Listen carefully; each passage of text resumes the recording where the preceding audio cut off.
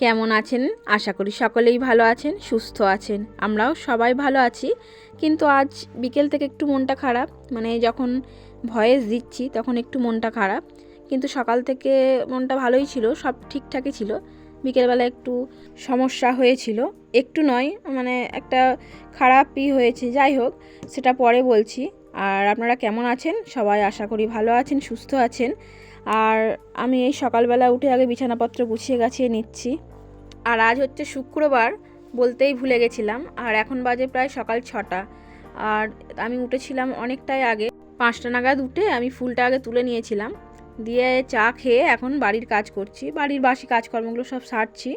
তারপরে কাজগুলো করে নিয়ে আবার রান্নাবাড়া আছে, এখনও ঠাকুরের জোগাড় করতে হবে। ঠাকুর ঘরটা করে নিয়েছি, কিন্তু এখনও জোগাড় করে দিয়ে আসিনি। ঠাকুর ঘরে জোগাড় করব, এই বাসি কাজগুলো সেরে নিই, তারপরে স্নানটা করে গিয়ে তারপরে ঠাকুর ঘরে জোগাড়টা করে দিয়ে আসবো। তার মধ্যে আমার অনেকগুলো কাজ সারা হয়ে গেল বক বক করতে করতে। বিছানা ঝাড়া, ঘর দুয়ার ঝাঁট দেওয়া, অনেকগুলো বাসন হয়েছিল, সে বাসনগুলো আমার মাজা হয়ে গেছে, দিয়ে এবার ঘরে তুলে রেখে দিলাম। আর এই উঠোনটা ঝাঁট দিয়ে নেবো। এই যে তুলসীতলার পাশ দিয়ে মাটিগুলো কীরকম খচা খচা হয়ে আছে, ওখানটা দিয়ে আমাদের গ্রামে এখন টাইম কল ঢুকছে। তো ওইখানটা দিয়ে টাইম কলের পাইপটা এসছে, তো খুঁড়ে একাকার করে দিয়েছিল আমার উঠোনটা। যাই হোক, এখন অনেকটা ঠিক আছে, তাও একদিন গোলা দিলে আবার ঠিক হয়ে যাবে। তো আজকে আমার গোলা দেওয়ার একদমই সময় নেই, কারণ এখনও ঠাকুর ঘর আছে, আমার এই সব বাসি কাজগুলো সারবো, রান্নাবান্না আছে। তো আমার ঝাঁট দেওয়াটা হয়েই গেছে। আর ওই যে চিন কাগজটা পড়ে আছে, ওটা আজকে আর গুছোইনি, ওখানে আবার ঠেলে ফেলে দিলাম, পরে গুছিয়ে নেবো। আজকে তো অনেকটা বেলা হয়ে গেছে, এখন অনেকগুলো কাজ আছে বলে আর ওগুলো করলাম না। আর আমি এই বালতিতে নিয়ে নিয়েছি নেতা বালতি, নেতা গোবর জল নিয়ে এবার এই উনুন পাড়ে চলে এসেছি। উনুনে ছাইগুলো তুলে নিই, তারপরে উনুনটা নিকিয়ে নেবো। নিকিয়ে নেওয়ার পরে আমি বারান্দাটা আবার ঘর দুটো একটু একটু নিকিয়ে নেবো। আর ছাইটা আমার তোলা হয়ে গেছে, এবার উনুনের পাশগুলো সব নিকিয়ে নিচ্ছি। আর এই যে উনুনের সামনেটার আমার কালী পুজোর সময় ভাত রান্না করতে গিয়ে মানে অনেকটা ভাত হয়েছিল, প্রায় 5 কেজি হাঁড়ি বসেছিল, দিয়ে আমার উনুনের সামনেটা একটু ভেঙে গেছে। তো ঠিকঠাকভাবে ওটা এখনও বানাতে পারিনি, যাই হোক করে নেবো, পরে বানিয়ে নেবো। আর আমি ঘর দুয়ার নিকিয়ে নিয়ে স্নান টান করে কয়েকটা কাচার ছিল সেই সব কেচে নিয়ে স্নান করে চলে এসেছি ঠাকুর ঘরে, মানে ঠাকুরের জোগাড়টা করে দেওয়ার জন্য। ঠাকুরের জোগাড়টা করে দেবো, দিয়ে আবার গিয়ে রান্না বান্না করব।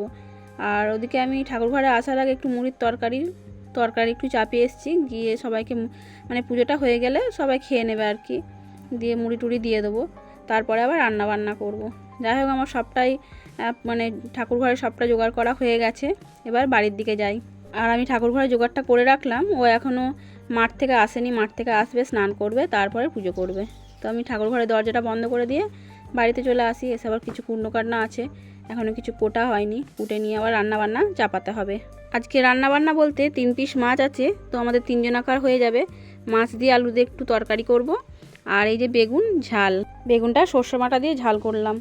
যদিও বা বেগুনগুলো যখন আমি ঝাল করি এতটা ছোট ছোট কাটি না, কিন্তু বেগুনটাই পোকা ছিল বলে অতটা ছোট ছোট করে কেটে ঝাল করেছি। আর এই যে মাছ 3টে আমার ভাজা হয়ে গেছে, আর আলুটাও আমার কাটা হয়ে গেছে। এবার একটু আলু দিয়ে মাছ দিয়ে ঝোল ঝাল যা বলবেন সেই রকমই করব, ঝোলই আদা জিরে দিয়ে করব। আর কড়াইয়ে তেল দিয়েছিলাম, তেলটা গরম হয়ে গেছিলো, সেই তেলে গোটা জিরে দিয়ে আলু কটা দিয়ে ভালো করে নেড়ে নিচ্ছি, একটু ভাজা ভাজা হয়ে যাবে। তারপরে একটু আদা জিরে নুন লঙ্কা সব রকম মশলা দিয়ে ভালো করে কষে নেবো, কষে নিয়ে পরে জল দেবো। এখন আদা দিলাম, আদা দিয়ে হলুদ জিরে সব দিয়ে দিচ্ছি, আর মশলাগুলো দিয়ে সব কষে নেবো সামান্য একটু জল দিয়ে।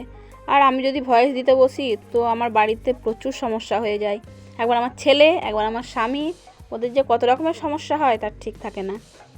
আর এই তরকারিতে সামান্য একটু জল দিয়ে দিয়েছিলাম, দিয়ে একটু কষে নিলাম। আর একটু কষে নেওয়ার পরে তারপরে আবার একবারে জল দিয়ে ঢাকা চাপা দিয়ে দেবো। আর নামানোর আগে মাছটা দিয়ে একবার ফুটিয়ে নিয়ে নামিয়ে নেব। তো আমার এই তরকারিটা সুন্দরভাবে কষা হয়ে গেছে, আর এই যে একদম তরকারি থেকে তেল ছেড়ে দিয়েছে।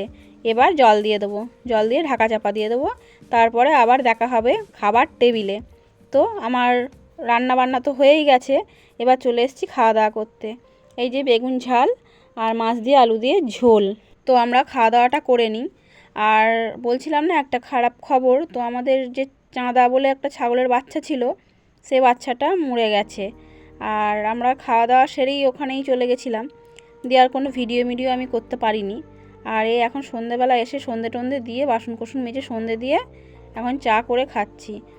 আর ওই ছাগলটা মরে গেছে বলে আমাদেরও মন মেজাজ খুব একটা ভালো নয়, মানে ভালো লাগছে না। এখন যখন ভয়েসটা দিচ্ছি এখন আর ভালো লাগছে না।